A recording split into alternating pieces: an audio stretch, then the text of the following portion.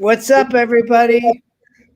Welcome to Black Eyed Susan Day. We got the day before the Preakness.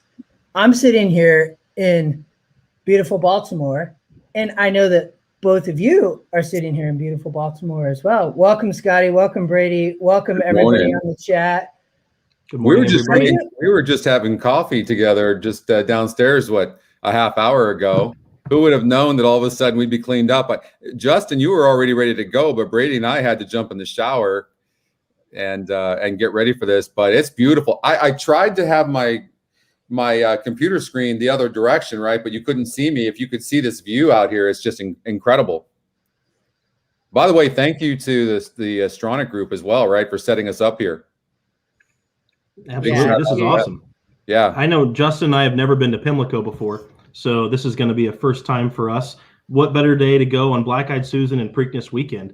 And so, I never really sleep on race nights because I'm up thinking about the card and everything. And so we woke up so early this morning and, we met each other for coffee. We're already talking about the races and got ready in record time.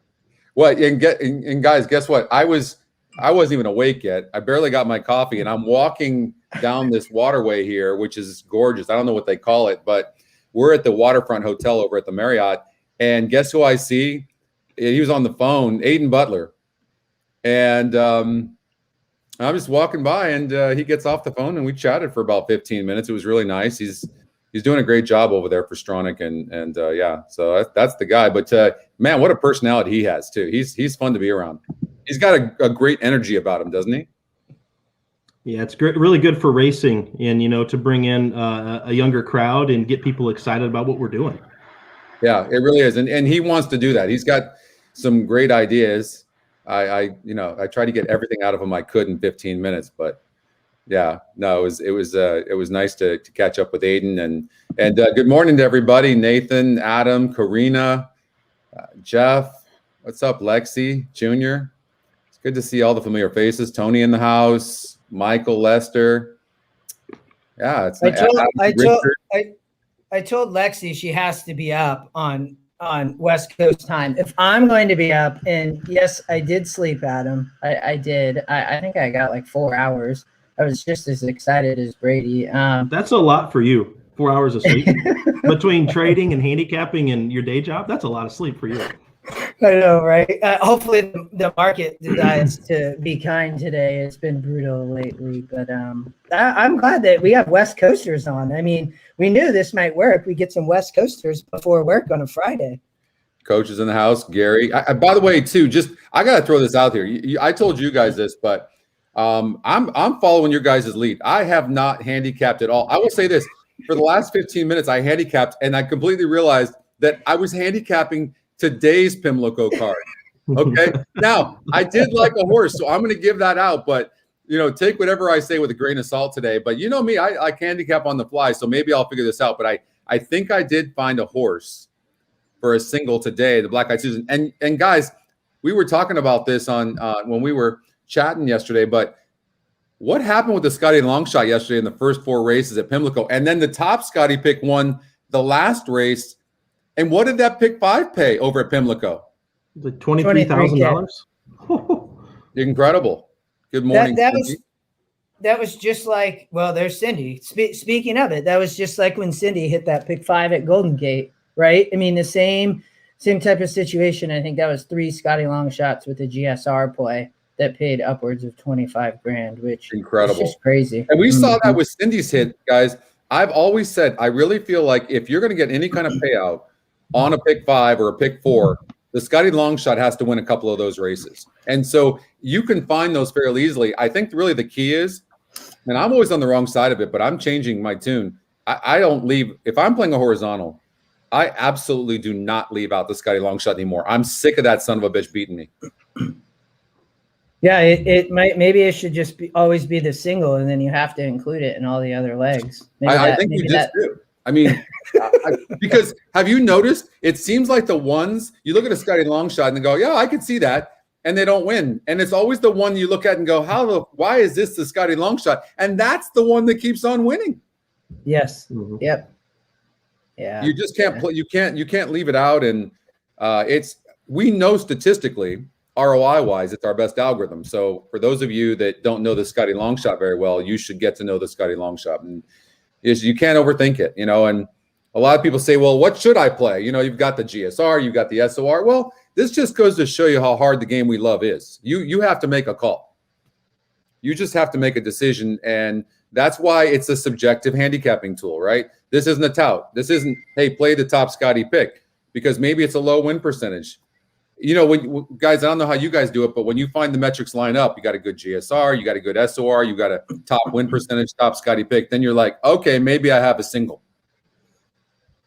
Absolutely. Yeah. And that's really the only scenario where I'm leaving out the Scotty Longshot most of the times, if I find a stone cold single in a sequence. But if I don't, that's the first horse that I look at, other than the horse I was looking at singling, is if I'm going to spread, I've got to take a look at this Scotty Longshot. And so, sometimes you're like kind of weighing the options of, okay, well, do I add one more? Do I take it away? And in the back of your mind, if that Scotty Longshot's not on your horizontal ticket, you're watching that horse the entire race. I'll tell you, I've been there. 100%. You're like, where's the Scotty Longshot? For sure. And I noticed too that I think, and it's hard to do, but my approach is right now, if I look at the Scotty Longshot and I just don't know, if I can't definitively say there is no way in hell this horse wins, I have to include him. Yeah, you're making a case for it. It's a defensive use sometimes too. That's right. I'm looking while you guys are talking. I'm trying to find the horse that I like. So for today, because we've got a good card today. The Black Eyed Susan. I know we're going to cover the late pick 5, but I'm kind of, have you noticed that I'm pot committed? If you look at a race, all of a sudden now you're pot committed. This card today is awesome. There are turf sprints all over the place. I think there's massive value today. I really do. Like in some of these turf races, especially from a vertical standpoint. I think there'll be value in the horizontal as well, but I'm excited to play some verticals on the turf. I told Brady that we're going to crush some exactas today. So guys, they're at Pimlico race number 12 today. I'll just throw this out right now.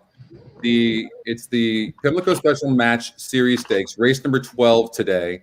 And I think the horse Fearless, the 2-horse top Scotty pick, 33% to win, 7-5 on the EE morning line, and has a solid 81 GSR, which is the second highest to the 1-horse Modernist. If you can throw 2 horses in there, that's great. It could be a key exacta 2-1. I don't like the Scotty Longshot very much. Went gate to wire against Easier. I think Fearless could be a single in there. And the horse is 9-5 in the morning line, but 7-5 on the EE morning line. Yeah, it coming, just missed in a 9 furlong race at 78 SOR, and this race is saying it's coming back at a 74 and has won a grade 2 at 74 SOR, 8 furlongs. And I think Fearless actually, the longer the better, if I remember correctly. But Brady, did you look at all at this race? Yeah, and it actually starts off the Stronach 5 bet. And so what a better way to start off your Stronach 5 ticket than with a single here in race 12.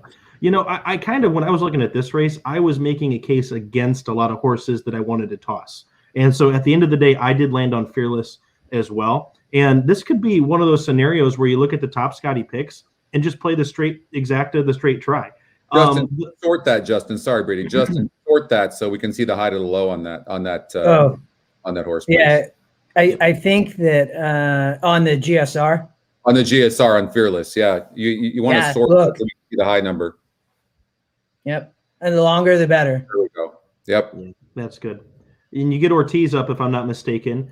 The funny thing is if we look a little bit further down here, sorry, I'm just switching over to race 12 right now. There was a horse that I've been following for a while. Just waiting. Always Mining. Do you guys remember that horse from a year or two ago? The horse that ran and won every single race in the state of Maryland? The 10 horse. The 10 horse, Always Mining. Sheldon Russell. This horse won everything 2 years ago. And, horse loved Laurel Park and everything. This just looks like too much too soon. And so I remember this horse finally got up into some graded stakes company and then just wasn't, up to the par level of what these others were. I just thought that horse was funny because I remember following him a couple of years ago. The way I look at a horse like this or any horse that this horse has had 26 races, 10 wins, solid horse, right? Only a 1% win. But I'm looking at the SOR on HandyView right now. Justin, if you go to that and look at that, I mean, the horse has been off since March. But when you have older horses, you kind of know their class level. Sometimes, but a small percentage of the time, they can surprise you and move up. But if you look at the last race SOR in which this horse barely lost of 66, and then is now in a 74, and then only has 1%, right? It's if this horse maybe had 8 races or 9 races, then you can go, maybe this horse is on its way up and the system just didn't catch it. But usually with these older horses that are established, you kind of know who they are. I think you can confidently throw out a horse like this, even though its form looks pretty good. Yeah. And people, Max Player coming off a big layoff. Oldie says he likes Cordmaker, the Scotty Longshot. I just don't like this horse. Oldie, what a surprise, you and I disagreeing on a horse. This horse went gate to wire, guys, against a 66 group, 28 races already. We know who this horse is. Set a slow pace in the race and barely hung on to win by a length against a 66 group. This is 8 points higher. Chuck this horse out, Oldie. I love you. No chance this horse wins this race. And Scotty, I had asked you this morning down at the water. This is one of the horses, and I think there's even others that will be in the teens and a win percent that is coming, Maryland horse. So there's these horses, whether they're from Laurel or running at Pimlico, that look to have some class. But we were talking. I mean, it'll be interesting how these compete in today and tomorrow. Like some of these are in deep waters. It seems like. Oh, by the way, Oldie, whatever you did, I know I'm not talking Oldie off of anything, that's why I feel so bold to say that. That being said, I can't get on the same page with the Scotty Longshot guys. This is the Scotty Longshot. I mean, I just put this horse in the winner's circle for sure. I mean, yeah, and one thing to say on these Maryland-bred horses and connections is a lot of these owners want to run on Preakness weekend. And so they're telling their trainers, hey, I want to go to the Preakness. I want to go to the Black-Eyed Susan. Let's enter something. So I think Justin made a great point there that there's going to be a lot of horses that you're going to see EE 30-1, 40-1, 50-1, 1% win that are just auto tosses for us this weekend. And so in these big fields, you can actually narrow them down to like a normal kind of field. And so that's what I've been doing is, hitting the, what do we call our button over here on the left? Do we have a name for that? Where we toss the horse? Where you click on the little eye? It's the elimination. The elimination button. I've been hitting that left and right the last 24 hours. It's called the eye.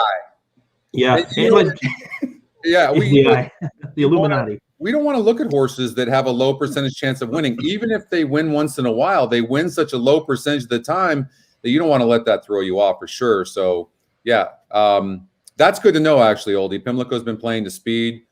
Maybe look at some of the horses yesterday. Honestly, like look at the first 5 races where the Scotty Longshot won the first 4, and then the Scotty top pick won the 5th race. Maybe there's something there. Maybe these horses went gate to wire.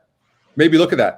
By the way, hey guys, I didn't get a chance to tell you guys, but I would say maybe in the next month we're going to have not only going to be able to watch live racing on our site, but you're also going to have race replays on HandyView. So you'll be able to if you go to a past performance real quickly, Justin, if you don't mind.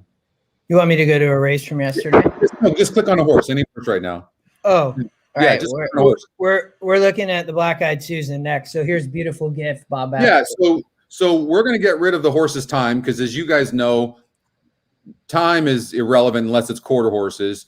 And what we're going to do is we're going to put a video button to the left of notes, and you're going to be able to click on that video button and watch the past performance replay from there. So it's going to be cool. And then the link feature, there's going to be a line underneath each of the dates, and you'll be able to click on that and go back in the race and look at those horses a little bit more in depth. So that's coming in the next, I would say, 3 to 4 weeks. That's awesome. That's going to help handicapping a lot because it's always so hard to track down replays in advance. Day of replays are not that hard to find, but when I'm 2 or 3 days out and I'm handicapping this card, because let's be honest, 2 race days of 14 races each, that's a lot of handicapping to do in a short amount of time. If I can start watching these replays on the platform 2 days, 3 days in advance, that's going to save me a lot of time. Well, and from that spot too, I think, at the end of the day, I just want things to be simpler. So what's great is you'll be able to do it from that spot, right? So you can just look at that race and you have all the information right there, plus the, you have all the information, plus you got the video button there, so you could just click it and look at it. So I think that's key, because we're trying to be as efficient as possible, right? So because we want people to have a life, because God knows, I don't know about you guys, but back in the day, I mean, especially when all we had was the forum, I mean, you're talking about sun up to sundown, and even you were just looking at a forum. I mean, this is what I looked like pretty much for about 12, 16 hours a day. Do you have neck problems? I do. I love it. All right. Yeah, it'd be like, Scotty, this is what it would be like. So we used to hold events over at Del Mar, right? And there'd be like 30 people in a room. And most of them didn't have any idea what they were doing. And then, of course, up above at Del Mar, when we'd have these events, they have, off-track racing as well. So my head was like this the entire time, and everyone's just standing around me waiting for me to tell them what to bet. This would go on the entire day. I didn't socialize. I didn't drink. I certainly didn't smoke a cigar, which I like to do. I like this, bet this. Oh, no. I like this. Well, how do I bet it? Do this, and the race goes off. I can't even get my own bet in. And then I go back and just do it again. That's what's so great about this platform now. Just throwing this plug in there is you've got your mobile right there, and somebody says, what do you like? I'm like, you've got the information just like I do. You can make a call just like I can make a call. I have no idea. Here you go. Give them an account, and they can use the mobile platform. So if you've never used it that way, that's what horse racing in my mind is supposed to be, right? Is just because it's a social, like being on the track and having a blast. I mean, that's what this is for. So. And how hard is it to be at the track and constructing your tickets as well? It's super hard. What are you betting on? I'm just curious, whose barn were you in? Who were you rubbing cream on? And we're just wondering, because we want to make sure we bet that horse today. Absolutely. I've been in a few barns recently. We went out west and then we went back east, Gulfstream, Santa Anita. So if there's a barn that I haven't been in yet, I'd be surprised, because I've been in all of them in the last month. We don't care which barns. We just want to know which horses you rub cream on. All the Scotty Longshots. Okay, perfect. All right. I'm keeping us on track because we are leaving here in about an hour. So to head to Pimlico. And if we're going to get in any series of races, then we're going to have to start chugging along. Guys, Morning, Chris. I haven't been on in a while. I'm chatty today. I don't know what the hell is going on. Okay, I'm just gonna let you. I haven't handicapped, so I'm just gonna let you do your thing, guys, and I'll just I'll handicap and look while you guys are talking, and then we'll hopefully maybe I can come in with one good horse for us today. All right, we're going to the 13th today at Pimlico, which is the Black Eyed Susan, and then we'll flip to the late pick 5 tomorrow for viewers. Morning, Michael, Chris, Jared. Yeah, sunrise show. Like, it's beautiful here too. Like, I mean, the weather is perfect here for such a great weekend for Pimlico. All right, Brady, Black Eyed Susan. There's a lot of horses in this race. There's 10 of them. I don't know if you visited any of these that are on here. I feel like I should bet iced latte just because I had a latte this morning, but I don't know. Where did you land here? Oh, so all I know is you guys are well caffeinated. I don't know. I don't drink coffee. Maybe I need to start, but I don't know. I feel like if I start, I'm going to go off the deep end. Scotty does. Scotty and I are all about the coffee. Oh, yeah. Oh, that's awesome.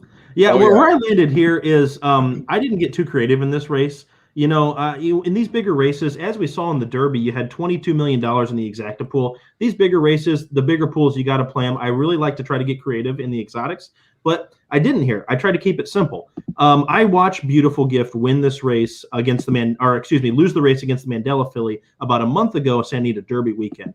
I like that the 10's tactical.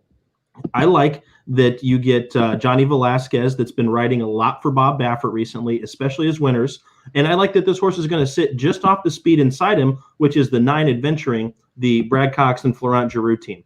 The way I see this race setting up is a lot of speeds on the outside, and then the 10's going to be able to just come over and get a nice little stalking spot sitting about 3rd or 4th all the way around the track and being within distance. Justin, one thing we talked about this morning is most of the winners at Pimlico over the last couple of days have either been on the lead or within a length or two at the top of the stretch. We have not seen a whole lot of closers doing a whole lot of damage here.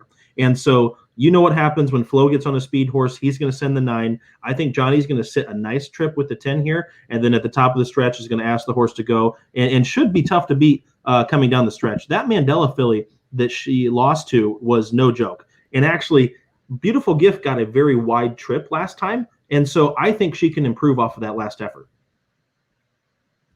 Yeah, I'm with you here. I mean, as much as I always like to beat the favorites, I don't know if anybody's beating Beautiful Gift. It's an evenly matched field as a GSR perspective. Look how many 74s we have on the GSRs. I mean, these horses, from a breeding standpoint and a distance, are pretty evenly matched. I mean, we don't see this very often. I mean, this is like a fair race. And so I was going to pick the horse that I thought had the most upside. I know Baffert had mentioned that he really wanted to get this horse in the Kentucky Oaks, but that race came up so tough that he wanted to find a softer spot for her. That told me a little bit more. And then I also think that why weren't some of these other horses projected for the Oaks? Well, maybe they thought they couldn't win. And so to make it a little creative underneath, I did like the 8, The Grass is Blue, quite a bit. This horse lost to Search Results, who Chad had in the Kentucky Oaks just a couple of weeks ago and ran a very respectable 4th. And so I'm going to give this horse another chance underneath. And so I think the 9 is going to be there. I think the 8 is going to be there. I think the 10 at the end of the day is going to get the job done. But I will be getting a little bit creative in the exotics using the 8 and the 9. And then the 1 Army Wife was somebody that I also wanted to use underneath in some smaller tickets. I think that this horse could surprise for Mike Maker a little bit. You're getting 8-1. You're getting Joel Rosario.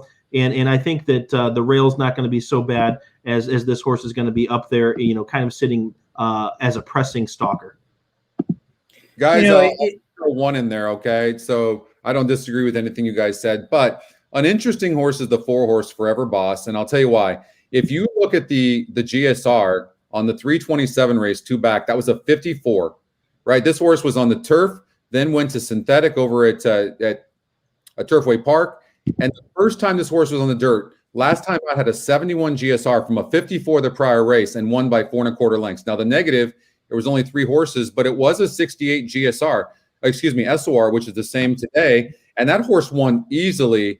Going to get discounted today because it was a small field. The horse's form doesn't look that great in the prior races. I think the horse wants dirt, and this horse is 15-1 in the morning line, has a 10% number, might be worth throwing in. On that note, Scotty, the horse is 8-1 EE morning line. Yeah, that's a good point. That's the Justin angle.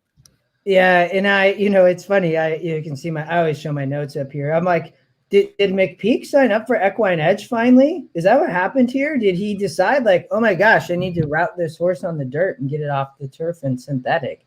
I mean, bet you trainers are doing that with an alias or something. They don't want us to know that they're following, but they're just kind of seeing, John Doe, John Smith, We're getting a lot of people. They're already asking us for they want to be able to put the name of the horse in so they can look ahead of time instead of only the same race day. And so they'll have that soon. They'll have the ability to go ahead and type in a horse's name and then that'll help owners and trainers so they know where to place their horses for sure. What about the 2-horse Willful Woman? So Ricardo up for Steve Asmussen. Running at Oaklawn, which always has tough races there in the springtime, didn't run well in the Honeybee, but in ran, 2 wins have both come in the slop. What are your thoughts here on this horse? I think this horse has a 79 on the wet GSR on the tab itself, and that was a pretty weak group that the horse beat. I think you have to be able to look at the race 2 back and see if you can make an excuse for the horse, because that was a 70 group and didn't run good against that group. So I don't know. It lightly raced though, I will say that, and has a good GSR. This is a tough one. This is a tough read for sure. I thought this race was really tough. I mean, I started going through it, and like I started trying to make cases for all these different horses because I could. I'm like, well, yeah, okay, beautiful gift, I get it, but I mean, what about Ice Latte on the 6 horse? Is going to show speed, lightly raced again. I mean, just started out in its 3-year-old year. Can she improve here on the front end for size? I don't like the 6 horse personally, guys, because I don't like when a horse has an outside post.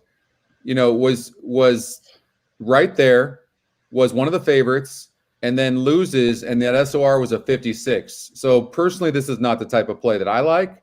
But I mean, it is only has 3 races for sure. But I think this is a much tougher group than last time, and this horse had a 1.5 length lead and gave it up late against a 56 group. Now I know it was a sloppy track, but I think that's going to be. I think this is a tall order, I think.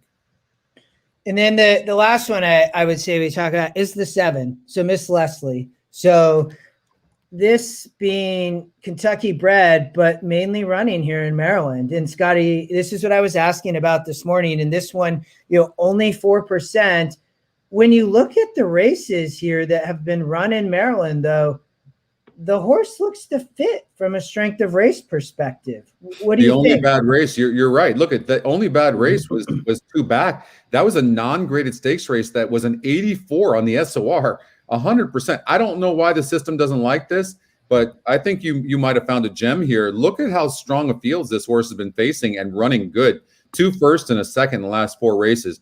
And then if you look at the betting odds, 2 back was 14-1. How does a horse get second against an 80 group in the extra heat, 3 back, and then go off at 14-1? And then you look at the SOR and you go, oh, that's why. I mean, that was a really strong field. The GSR is solid. I agree with you. I think Miss Leslie looks like a player. And we haven't talked about this. I mean, how's the juju going to be for Bob Baffert? I mean, the whole barn, the horses. I mean, horses can sense this stuff. I don't know. Should you bet against Bob Baffert the entire couple of days? I don't. I'm going to. I'm not betting. Although, I mean, if you said I only had 1 horse to bet here, who would I bet? It would be Beautiful Gift. But I don't know. What kind of weekend is Bob Baffert going to have? I don't know. I don't think he can afford to have a bad weekend. And it's almost like a lose-lose situation. Because if he wins, there's probably going to be questions asked and controversy.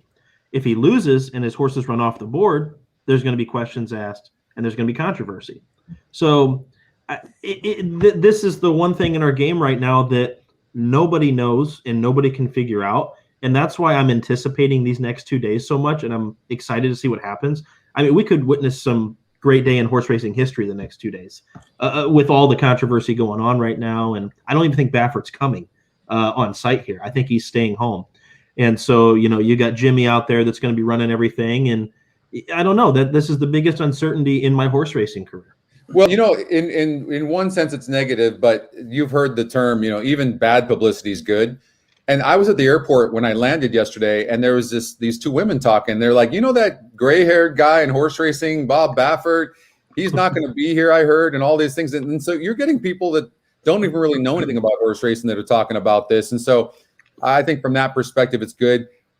People have been so negative on Twitter and stuff like that, but I mean, the truth is that this is probably going to be a really great weekend. It's going to be some great races, full fields, things like that. And we need to support horse racing. And I think it's going to be a lot of fun. I think, some of the subplots are going to be great. And I think it's going to be a fun weekend for sure.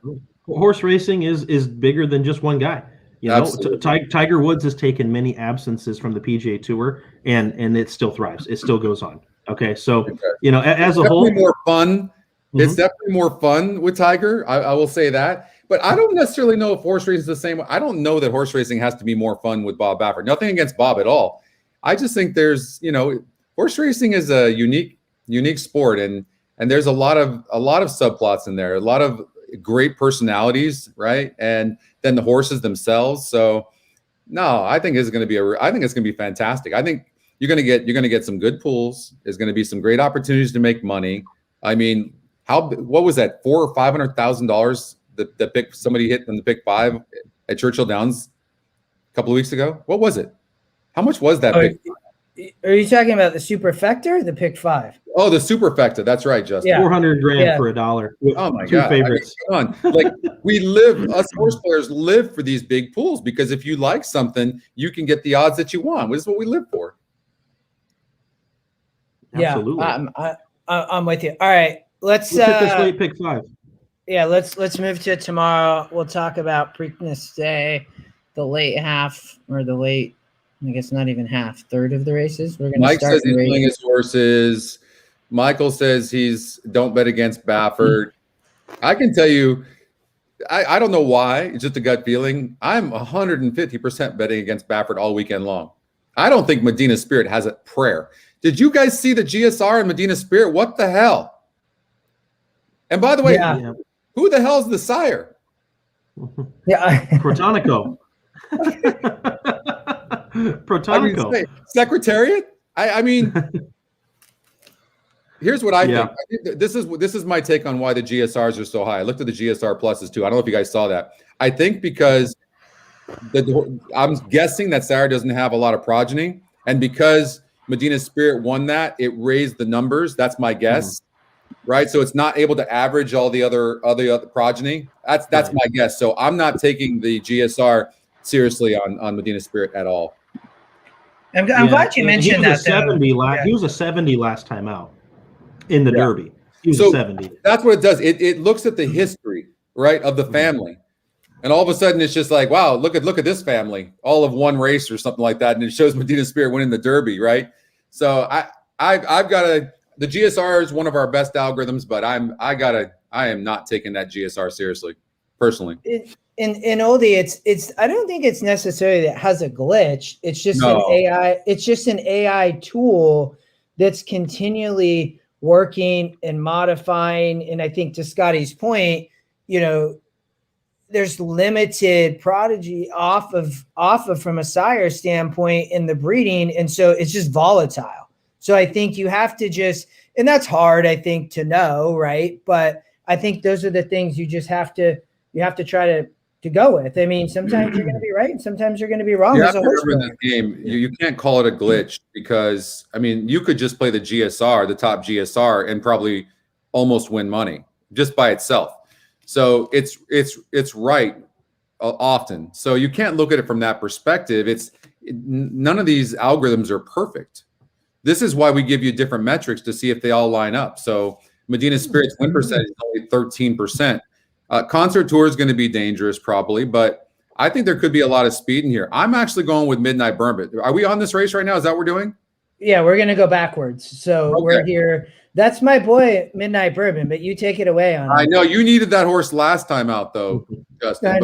I know. Because you had the futures wager on Midnight Bourbon, but I'm going to go with what up, Sam? I'm going to go with Midnight Bourbon, guys. I think Midnight Bourbon's going to run really good here, personally. Mm-hmm. I think Midnight Bourbon's the key to the race. Midnight's not my pick. Concert Tour is my pick, but Midnight Bourbon could really make this race interesting because I think he's the only other horse that, other than the Bafferts, that could go and actually put pressure on Medina Spirit. And so, as we've seen in the last couple of races, particularly the Derby, how did all these jockeys just let Medina Spirit get the lead? I don't think it's going to happen anymore. You get Ortiz on Midnight Bourbon. Asmussen, I felt like, was disappointed with the effort that he got last time out. So you have Mike Smith off Midnight to go to Concert Tour, and you have Irad coming into Midnight Bourbon. And, out of the gate, Mike Smith did not get Midnight Bourbon into position that I think Steve wanted him to. Midnight Bourbon's another one of those horses that, man, he runs his race just about every single time. He doesn't win all that often, but he's always running his race. And he did that on the Louisiana circuit this year. And so I think if Ortiz can pressure Medina Spirit early, potentially get the lead or sit just off, I think he's going to be right there. And with what we think is maybe a little bit of a speed track bias, I think Midnight Bourbon is the scariest horse on the board to leave off of your exactas and tries. I'm including him. You guys realize that Concert Tour doesn't have to have the lead, right? And from that 10 post, there's a good chance that, first of all, there's no way that Mike Smith is going to take this horse back. There's no way that they're going to run and duel with Medina Spirit. It's not happening. Like, there's no way. I'll give a dollar wager to anybody that thinks that Concert Tour is getting the lead here. There's no way. Not from that 10 hole. Medina Spirit's going. You'd have to be an absolute. Well, I mean, I'm sure I put this horse on the lead, but I mean, if you're Bob Baffert, there's no way you're having these two horses duel. So I think Concert Tour is capable of sitting back. I really do. He's very capable. He did that at Santa Anita, I believe, in the San Vicente. He sat off of the one horse that was also Baffert. They ran 1-2 that day, and he almost got beat. But he did prove that he could sit off. We know Medina Spirit cannot rate. Okay, Medina Spirit has never passed a horse in his career outside about the first 10 jumps. He doesn't. He doesn't pass horses. He also doesn't let horses pass him very easily. And from the 3 hole, you are forced to send. He has to go. He has to go. So I see this race shaping up a couple of different ways. Medina goes and they let him alone on the lead. He wires the field. Concert Tour could sit off and run a good second or a good third. I mean, this could really just come in 3, 5, 10 pretty easily. I also see a scenario where, they rated Medina out at Santa Anita and that didn't work. So if all of a sudden, if Johnny doesn't break, I think Mike's sending the 10. I think they're both going to look at each other and see kind of how things are going. And Scotty, you bring up a great point. When a trainer has 2 in the entry, not both of them are going. One of them's going, one of them's sitting off. Because why would they commit? I mean, it's like race suicide. If you're going to both go, you're going to burn each other's wheels on the front end, and neither of you are going to hit the board. Bob Baffert would rather run 1-2 than to run 3rd and 4th. And so I think the most likely scenario is, one of them going to grab the lead and one of them sitting just off. I don't know. I don't know what's going to happen. When you get older jockeys, they get a little bit more stubborn too. I remember when I was talking to John Velasquez about 5 weeks ago at Santa Anita, we were having a couple of drinks. And, we brought up, hey, I'm already in the twilight of my career. I'm going to do what I want. And so, a lot of these younger guys, they get trainers' instructions and they follow them because they're trying to keep mounts. These older guys, these Hall of Famers, they can get the trainers' instructions, but at the end of the day, they're going to do what they think is best for the horse to win. So this race is interesting. I landed on Concert Tour because I think Midnight Bourbon is going to go with Medina Spirit. And if for some reason that doesn't happen, I think Mike Smith will go for the lead. Well, that's actually a really good point that you just made there, and that is if Medina Spirit breaks bad, then Concert Tour will be on the lead. So and that could happen because when a jockey's feeling pressure from the inside and has to get the lead, you're not. I'm not going to be surprised. I just do not. I don't see Medina Spirit running good here. I don't see it. Is Medina you're going to try to toss out of the exactas and tries as well? Because that's how we could really get paid. Any spot. I think the horse is going to. Yeah, I think. Have you seen the horse training at all? I've seen some video of the horse training. Something seems off with that horse. His right hind leg just looked like it wasn't carrying the weight. Did you see that? In my opinion. Yeah, I saw that 2 days ago. It looked like the right hind leg just wasn't carrying the weight of the horse. And it's almost like he was favoring his other side. I mean, who knows? I mean, I'm not a very good workout guy or, eye test galloper, but it seemed a little bit different. And he's coming off of the Derby 2 weeks ago. You have Concert Tour that's fresh. And, I don't know. I could see, let me ask you this. If Concert Tour was in the Kentucky Derby, who would have gotten the lead, Medina Spirit or Concert Tour? I think Concert Tour. I think Concert Tour is naturally faster, but you bring up a great point with the post draw. If we flip these two horses where Concert Tour is in the 3 hole and Medina's in the 10, it would be the opposite, where Concert Tour go to the lead, Medina sits just off, Baffert tries to run 1-2, collect 2 checks. Yeah, I agree. So what is Oldie saying about the 4 horse here exactly? I'm trying to read this. He wrote a yeah. So he's saying there's going to be speed, probably because the horse is sitting in the inside and is going to run well, essentially with, there's going to be some upfront pace and he's going to be coming late is my takeaway from it, would be my first. So in the grade 2, he was right there in the stretch in 3rd and couldn't catch. These are way better horses than what was in that in the wood, I think. And that was a 64 SOR. This is a 78 SOR and couldn't finish. Now, the only thing this horse does have going for him is only 3 races and can get better. I will say that. But based on paper, I don't see this horse. I mean, and when you look back at the wood, this is the race that Bourbonic blew up the board coming way off the pace.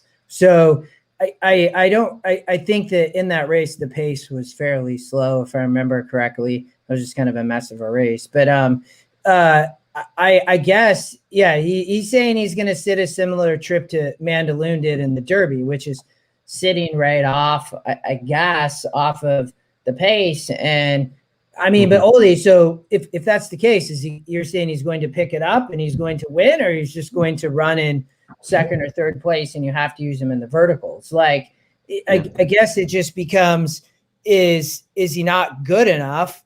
Or, he's really going to have to improve here, obviously, which I think, Scotty, to your point, he could. I mean, he's lightly raced, obviously. Well, that's a good point, and just maybe not being good enough. And a lot of people bring up that this is the same connections as cloud computing. I don't think this horse is cloud computing. Let me ask you guys this. If we take out both Bafferts, is this a grade 3 race? Yes. It kind of seems, is this a non-graded stakes or a grade 3 race where that's where the rest of these horses will probably go out of this race? We've got a pretty weak field here. Except Concert Tour is a legitimate horse. The problem is, if this was any other trainer besides Baffert, I'd be singling Concert Tour all day long. I just can never get on the right page with Baffert because, for whatever reason, I don't want to get into that. But if this was anybody else, Concert Tour would be an absolute lock in my mind. And he's going to be the second favorite. I mean, there's no way that the Derby winner is not going to be favored tomorrow. I think. I don't necessarily agree with that. I think Concert Tour is going to be your favorite. I really do. I do want to make a point too, because Patrick was bringing this up. Look, guys, on the GSR, okay, don't let this 99 throw you off, and don't let it affect how you feel about the GSR either. This is what I think is happening. You can't make every algorithm perfect. I think if there is a glitch, I don't even want to call it a glitch. It's that the sire of Medina Spirit it's a fairly new sire, correct? Does anybody know? I believe so. Protonico. Yeah. So the fact that this horse won the Kentucky Derby threw the GSR algorithm into a tizzy, probably because there's not a huge history, I'm guessing, with this horse. And so it raised all the numbers just ridiculously. And what's going to happen is, over probably the next few races, and I don't know how many other progeny this horse has.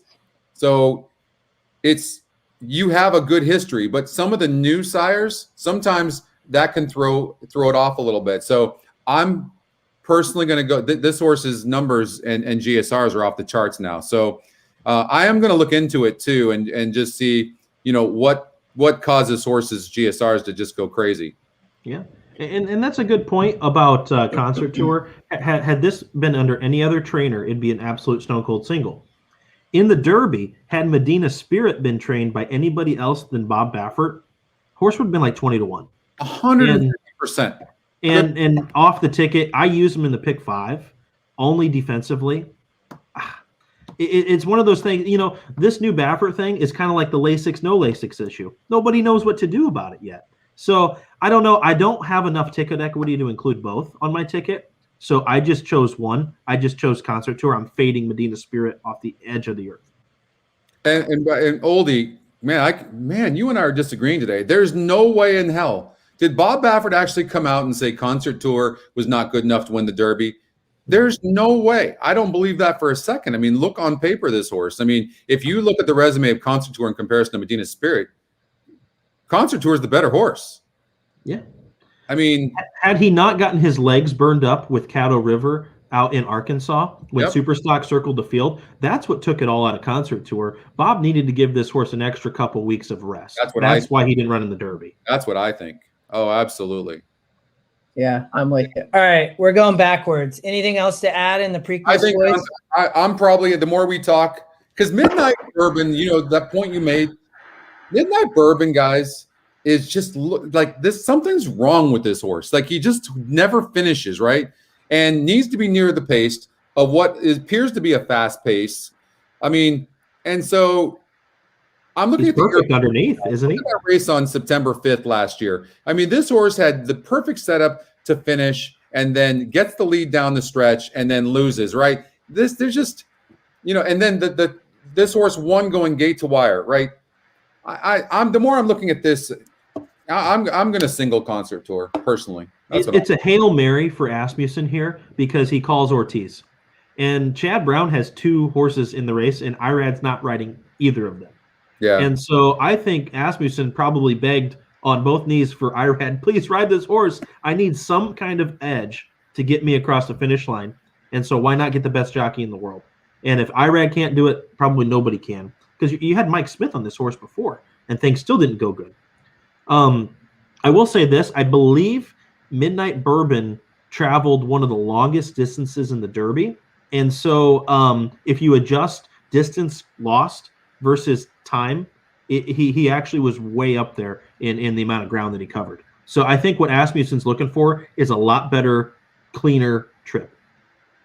Maybe this horse is just one of those horses you put in the money, right? There's just something. I think so. I don't know about this horse's heart, right? So maybe this is a key in the second and third spots. Could be. Well, when I'm looking at those underneath spots, I'm tossing so many of these horses. Can we talk about the Japan horse real quick? France Go de la.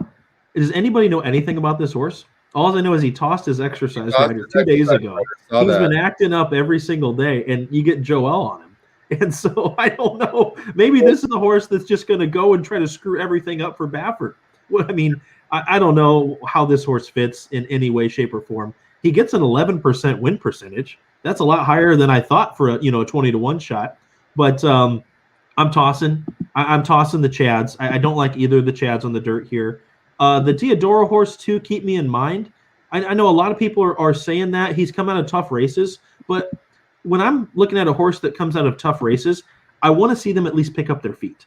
Okay, and I haven't really seen that out of the 2. Keep me in mind. You got Rombauer for McCarthy that Pratt's coming over to ride, and you got Ram. I'm sorry, these are grade 3 horses in the Preakness. I would agree with you. I mean, I will say this: the horse is lightly raced on the 7, and this and has done everything that's been asked. You've got a couple of notes on this horse, Justin. What did you put on there? No, I was looking at what 1,800 meters was. Oh, did that say Bet the Farm? Oh, I saw you delete that. It said Bet the Farm. He wasn't going to talk about it. I'm like, I want to see what those notes are. Now the EquinEdge family's hammering this horse. You're not going to get 20-1. Well, many people know this is, that the Brazilian horse, 2 weeks ago at Churchill Downs, and I hit that big exacta. I went and converted the meters because I'm like, I want to know what this horse has been running. And it was a GSR SOR play. And, but that is 9 furlongs. So everybody knows, I mean, looks to be just romping. I mean, this is a massive step up for him, obviously on the 7. I mean, I don't know. That's huge. I mean, they obviously thought a lot of him to get him over here and to run in this race. And I don't know. I mean, this, I guess, could blow up the board with Joel, maybe. I don't know. I mean, it would be a bit of a surprise, I think. Second and third place in the Preakness still pays a heck of a lot more than winning most races. Oh, so it does. There's something else to think of there. These trainers realize that this race is probably not that tough, but I really do respect the 10 horse though, Concert Tour. I do. I think that horse is a nice horse. If you look at that, I think that Baffert always thought this horse had a good look, but I think you're right. I think that was such a tough race. If you can go to Concert Tour real quick, and then we can move on. But if you look at that Arkansas Derby, I mean, they were setting some fast fractions. This horse and the horse still hung on there for third, right, and was undefeated going into that race.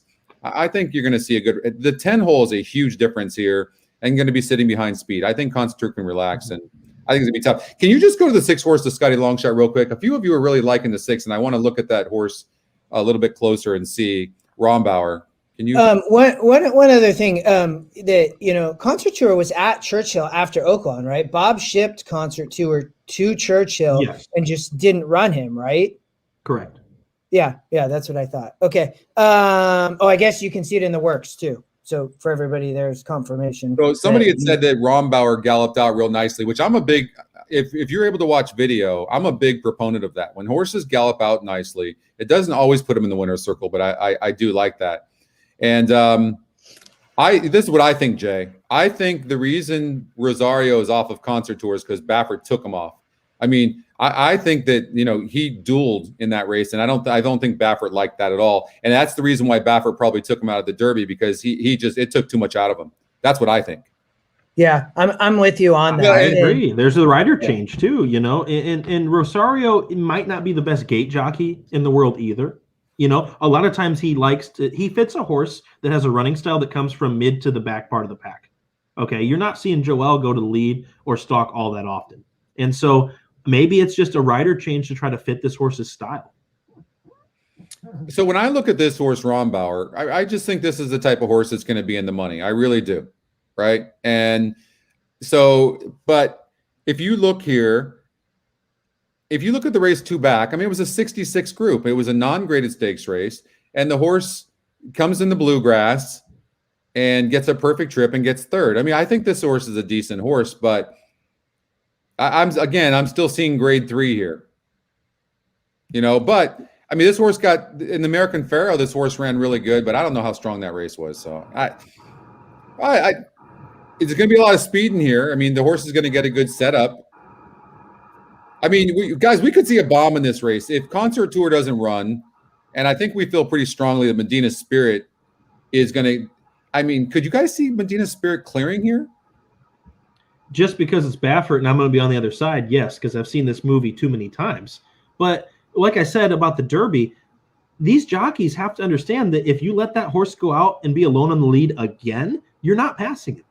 And so that's where I'm hoping the tactics from Midnight Bourbon and maybe even the 7 horse, the Japan horse, can go create a little pace in this race. And if Concert Tour doesn't go to the lead, I think Concert Tour is naturally faster than all of them. But from the 10 post, he might just sit just inside.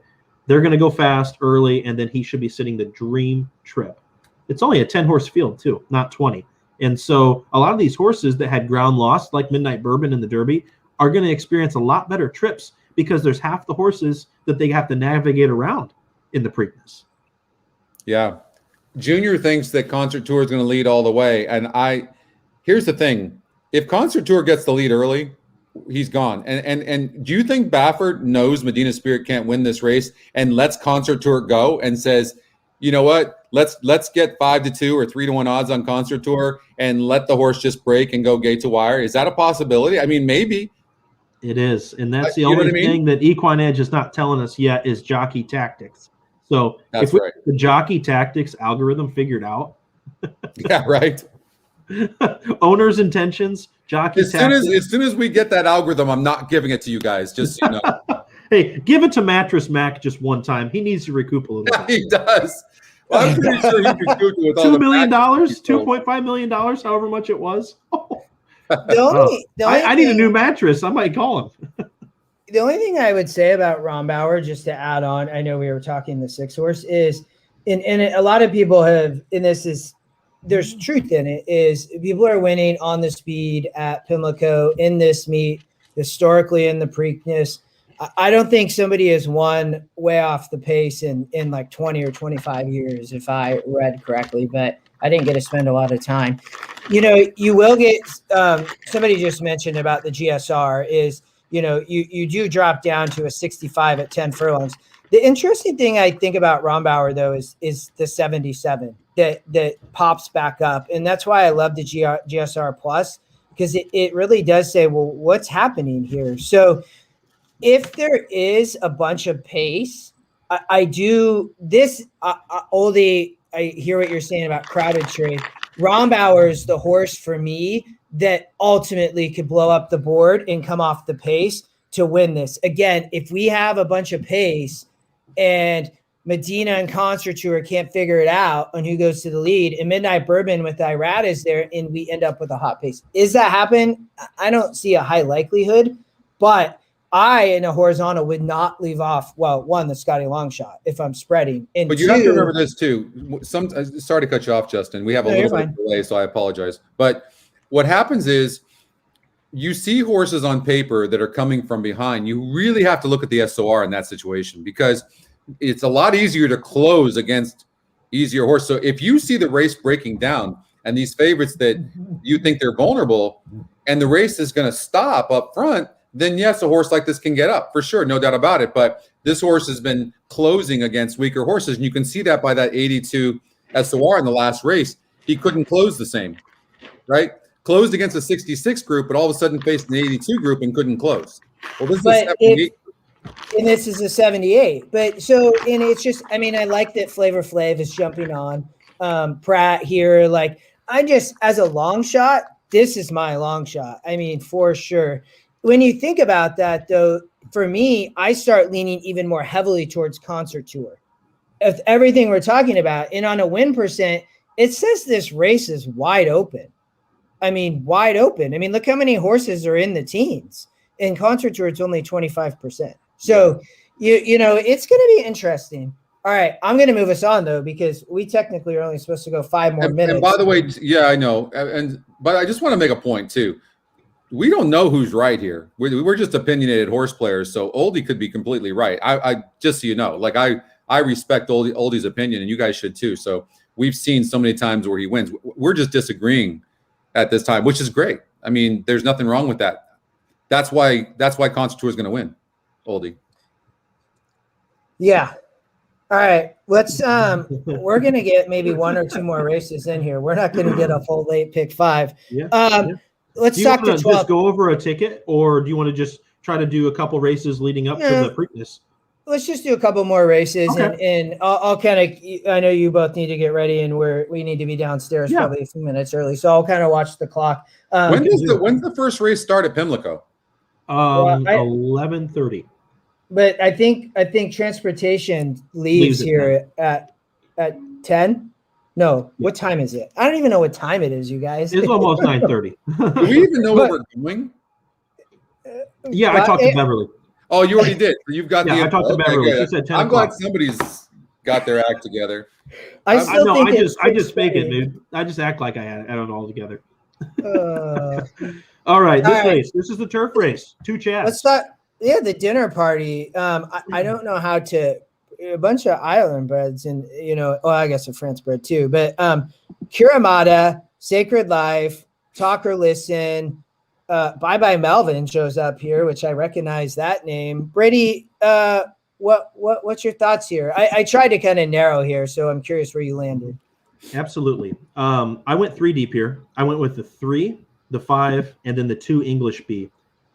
Pressing the 3 in some stronger tickets. Let's be honest. The 5's taken the biggest class drop in the whole entire field. I saw this horse race in the Maker's Mark Mile against Raging Bull and Ride a Comet. If either of those horses were in this race, they'd be the favorite. And I mean, this horse was in the Turf Classic at Churchill Downs last year against Digital Age on Derby Day, was in the Pegasus World Cup just back in 2020. And so from a pure class perspective, Sacred Life deserves to be the favorite and probably will be 7-5, 6-5. However, this is one of those horses that runs his race, doesn't win a whole lot. And so I look at a horse like the 5, and I try to beat him at all costs. I'm going to include him defensively, but I really want to beat this 5. I don't think Castellano's the same after he had COVID, and so I'm going to use a few angles against. Let's look at the 3.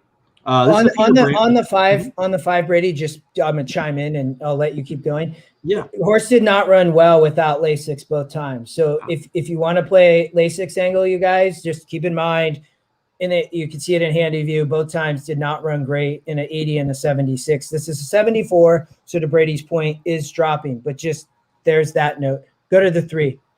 Okay, the 3, you got Peter Brandt, Irad Chad, highest win percent at 35%. This horse has done nothing wrong since coming over to Ireland, and now you have his 3rd start off the layoff.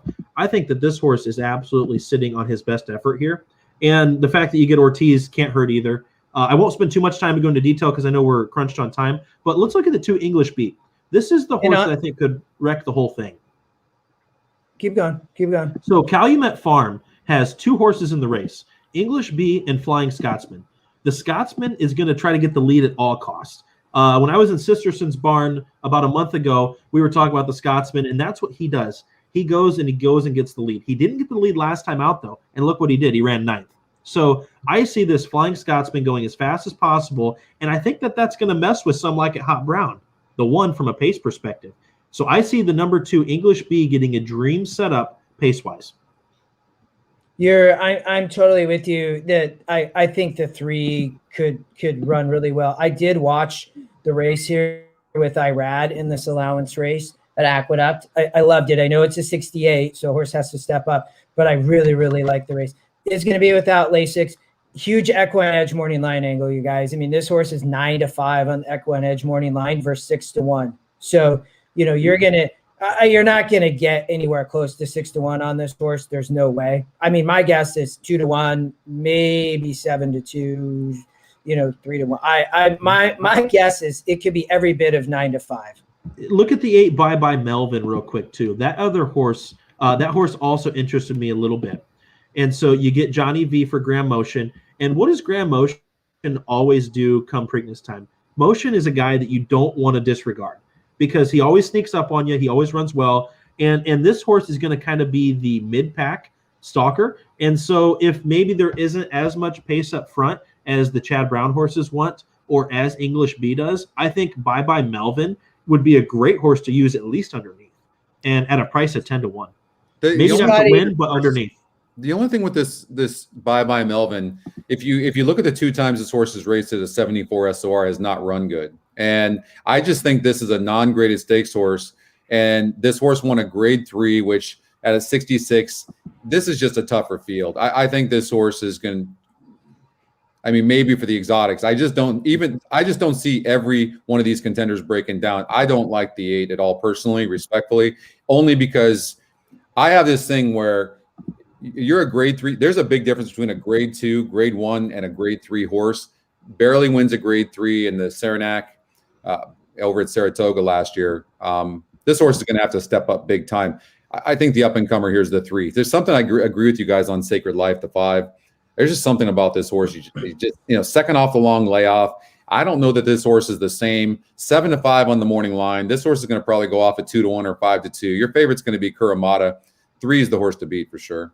The 5's an allowance horse. He only wins like allowance races and non-graded stakes. Whenever he gets into a stakes race, he folds.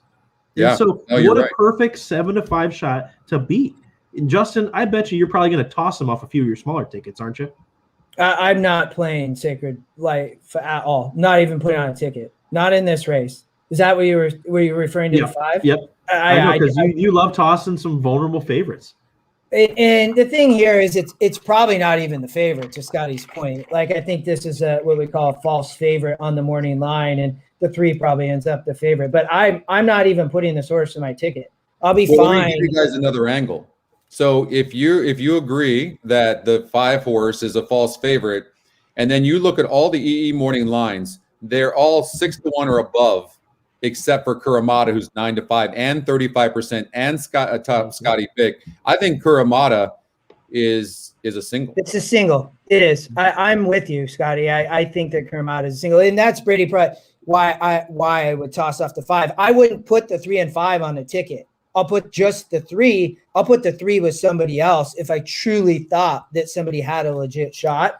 But I'm with you, Scotty. That and the point that both of you guys bring up is when we get an older horse like Sacred Life, we kind of know what we're getting at this point.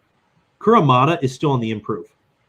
And so what would you rather take? A horse that you know how he's going to run, or a horse that's good enough to win this race and could take another step forward? I'm all over the 3. Well, and look at this too. This is something that's interesting. So if you look at the race on 12-19 overseas, and then the very first race right there at Tampa, right? Won that race off of that long layoff, and first time in the States, and wins that race. Now, it was only a 48 SOR for sure, but did what it had to do and won the race. This is what's interesting. Then gets 35, 40 days, perfect. So nothing to worry about as far as why was the horse off 3 months after that, right? And then comes back against a 68 group and just dominates. Fit. I mean, this is seemingly a very, very nice horse. You're no way in heck getting 6-1 in odds in this horse. I encourage everybody to watch this race too, from Aqueduct to Scotty talking about video. So it was a dual entry by Chad, and Manny Franco was on the other. The other, it was a 1 horse, and the 1A was outside with Irad, and they came around the churn, and the 1 was kind of against the rail, and Irad was so freaking loaded, and the horse actually was green a little bit and lugged in and almost knocked Manny off the other dual entry and ended up winning by 2.5 lengths over Manny, like on the other one horse. I mean, this horse was absolutely loaded in that last race at Aqueduct. Here's the thing, and Pat, that's a good question, and I handicap that way as well. Patrick's saying, well, why did they send the horse to Tampa? Why wouldn't this horse?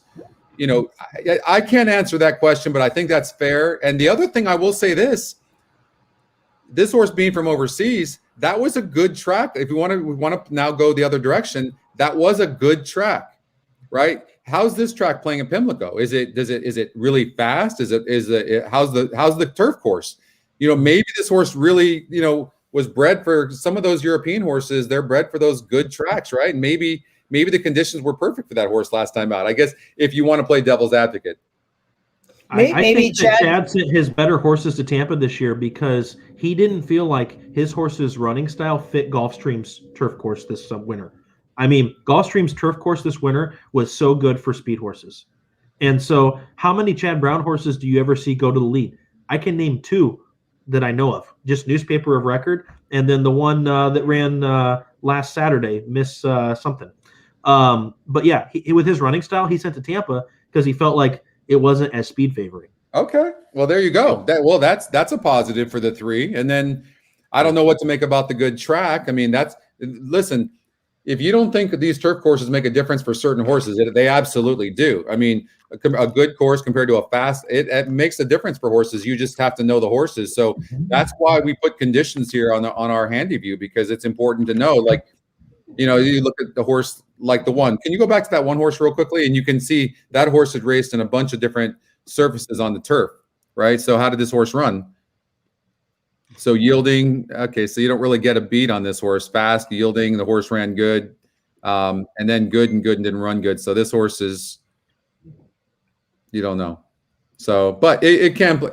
That was the only negative for me would be possibly if I was just looking for something negative is, will the horse run good on a fast surface? But did that first time out? I'm still on the 3. I'm not even going to create a negative in my mind. I think the 3 is a single. All right, we got enough time for one more race. I'm already ready, so it's up to you guys that you need to finish getting ready. But let's talk the 11th, and then I will try to put in a quick ticket generator ticket. Somebody asked earlier for $72, so we'll do that at the end. The Great Theme Maryland Sprint, so 6 furlongs on the dirt. Brady, where'd you land here? Either the 5's a single, or I have to go 6 deep. That's exactly where I landed. I was looking at the 5 strike power. I think this is one of those scenarios where if Ricardo and Steve can go out and get the lead or sit second, he should win the race. But I also looked at the 1, 2, 3, 7, and 8. Specifically, this 8 horse special reserve. What has this horse done wrong? You get Mike Maker, you get an outside post, which I don't mind in in sprint races, because he's going to be able to get over and clear potentially strike power or sit just outside of him. I really like how this horse is improving. I like the price. And so to me, for a price play, I'm going with the 8. I will always remember Special Reserve. This was one of our first shows, Brady, and we caught this horse at Oaklawn back in March and was 6-1 on EquinEdge morning line, 12-1 morning line, was protected. It was flow, and gets Irad here. I'm like, hey, I like Special Reserve here with Irad. I really, and it's a step up going to a grade 3 here. Ran a lot better than I thought in the Commonwealth. Was not on him in the Commonwealth, I remember, because I will always remember this. This is probably one of my most favorite morning line plays. I thought Mucho, the 3, was interesting. Price play, Scotty Longshot, all the angles line up on this horse. 8-1 EquinEdge morning line, ran in the Commonwealth and did run 5th, where we just talked about Special Reserve. But there was 7 furlongs, gets back to 6 furlongs here. I think is not going to be super far off the pace, has run really well in a 72 and then didn't run well in a 72. And this is a 6-8. Jose Ortiz. You talked about, I think you took, we took the 8. Yeah, the 5. I was spread a little bit here. Scotty, anything that you see outside of the 3, 8, 5? Such a wide open race, but I will throw in one horse here that might surprise. Been facing good horses. That's the 4-horse Frosted Grace, who's not in the top 2, Scotty. This is one of those wide open races that anything can happen, and has a 15% number. And I'm looking at this horse. The horse seems rateable, and I think that maybe this horse could run a good race, third race off the layoff. That's all I got in this race. I mean, this looks like a wide open race. I don't think you can go wrong with anything you choose here, but I'm gonna say that Frosted Grace, the 4-horse, might outrun those 15-1 morning line odds, and on the EE morning line, it's 15-1 as well. But that doesn't scare me because I mean the top win percentage is only 18% in the 1-horse Lackey, and I think that horse has a look as well. I just don't like the rail. What I like is there's like 4 or 5 horses in this race that are cutting back from 7 furlongs. That's a good angle for me, that they lost last time out at 7. Now they're cutting back to 6. And so I can toss that last race out. Specifically, if we look at, the 8 Special Reserve, ran 7 last time out, just didn't quite get the job done. But if you go back to his races at 6 furlongs, he's lights out. And so that, for me, is an angle. I also like that angle on the 7 as well.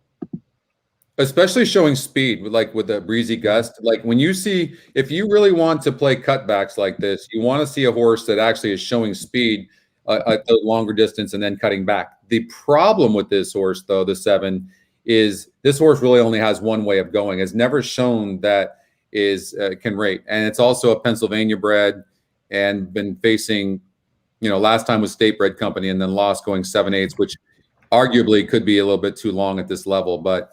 Again, it's one of those tough races. You're going to have Rosario on the front end. That could be a little bit scary. Gets off the, did Rosario get off of the 5-horse to ride the 7-horse because he's off?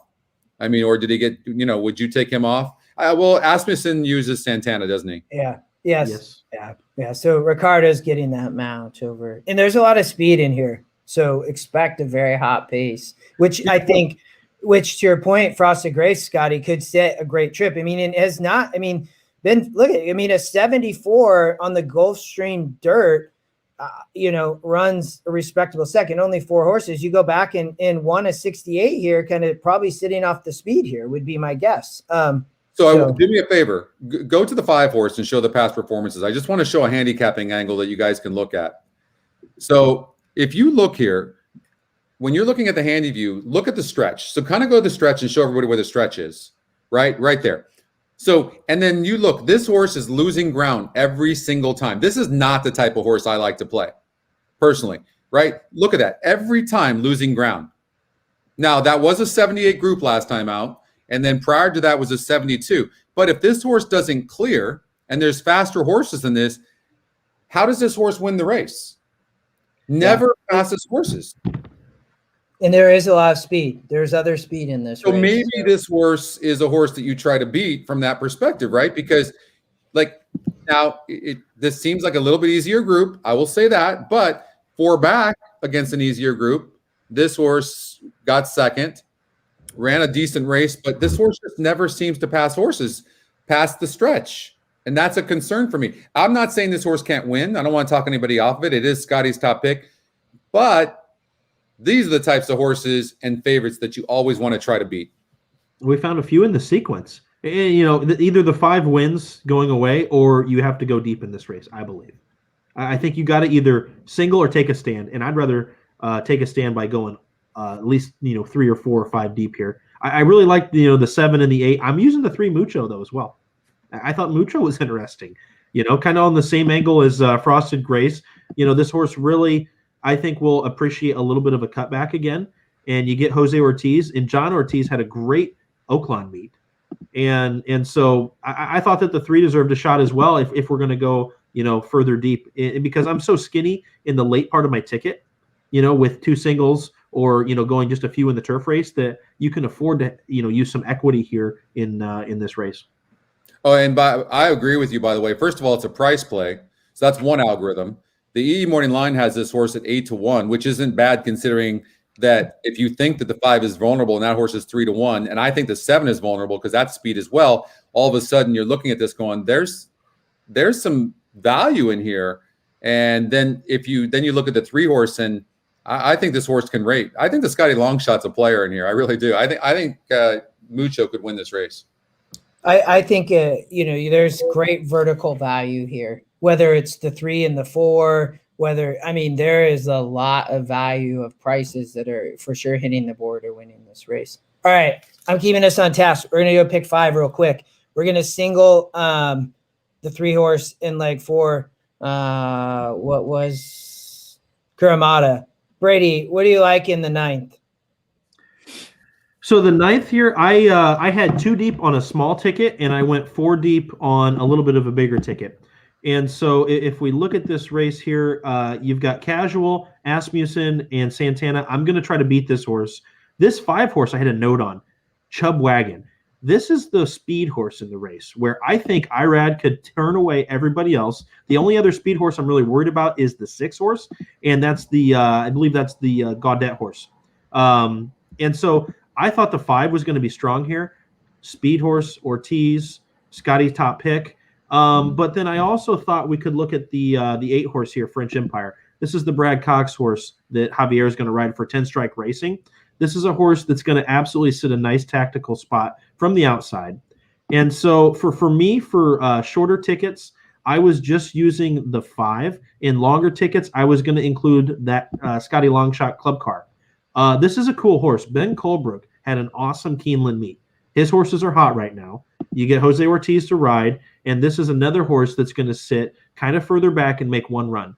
So to me, this race set up again where either the 5 wires the field, or I'm going to be looking at the 1, the 2, and the 8 to make a run in the stretch. What did you think? Yeah, Scotty, you want to comment before I go? You got anything? Yeah, I think the 5 either goes gate to wire, or I like the 2 horse Casual to get up. I think that horse has been facing the best competition, and if that horse, if there's speed up front and somebody goes with Chub Wagon, I think Casual could really sit a really good trip from the inside. I think Casual looks pretty decent here. Well, so what do we want to do? The ticket generator wants to go 3 deep with no 2. Do we want to go 4 deep here? Or are we singling the 5?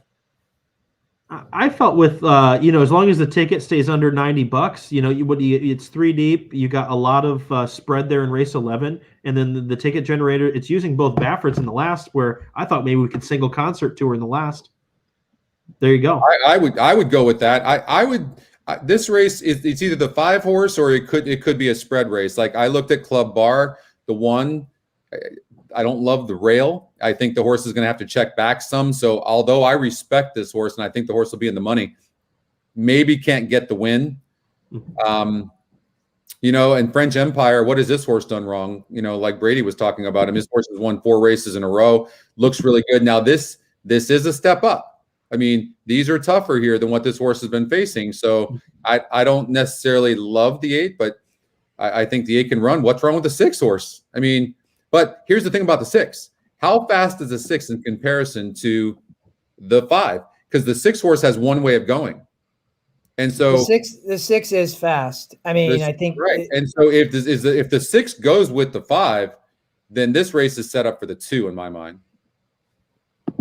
But yeah. Whatever you guys want to do, but I probably wouldn't.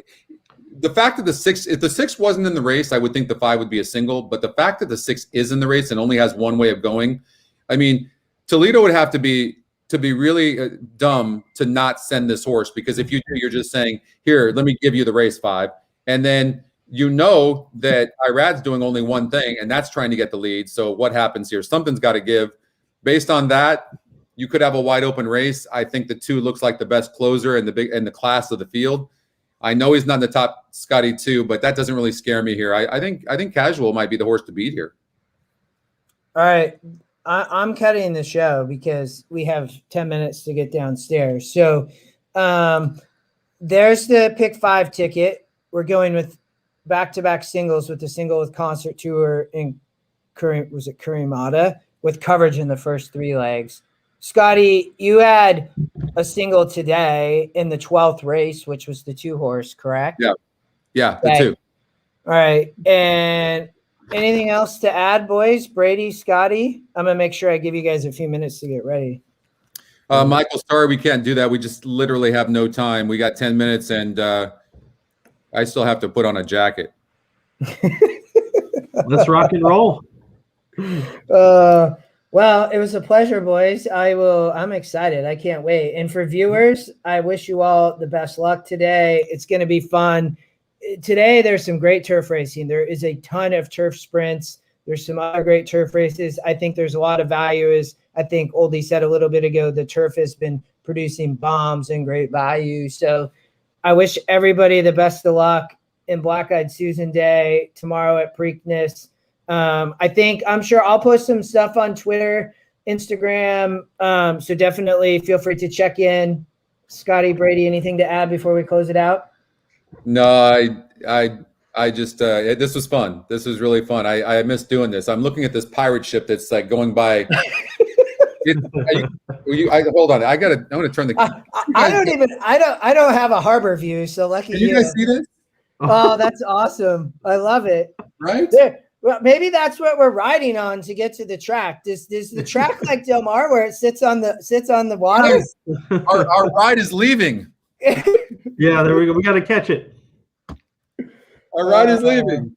Good luck, everybody, today. Good luck. Handicap. I mean, we could just handicap here all day long with everybody and just, do every race from the beginning to the end. That would be fun too. I mean, it's always nice to hang with you guys and do this. By the way, a few people have asked, but I'm going to get back to normal and doing the Golden Hour show next Friday and Saturday. So I know I've missed that. Big shout out to Tyler and the crew over at the Stronach and Santa Anita and all that. So we get back next week, but we're going to enjoy this weekend for sure.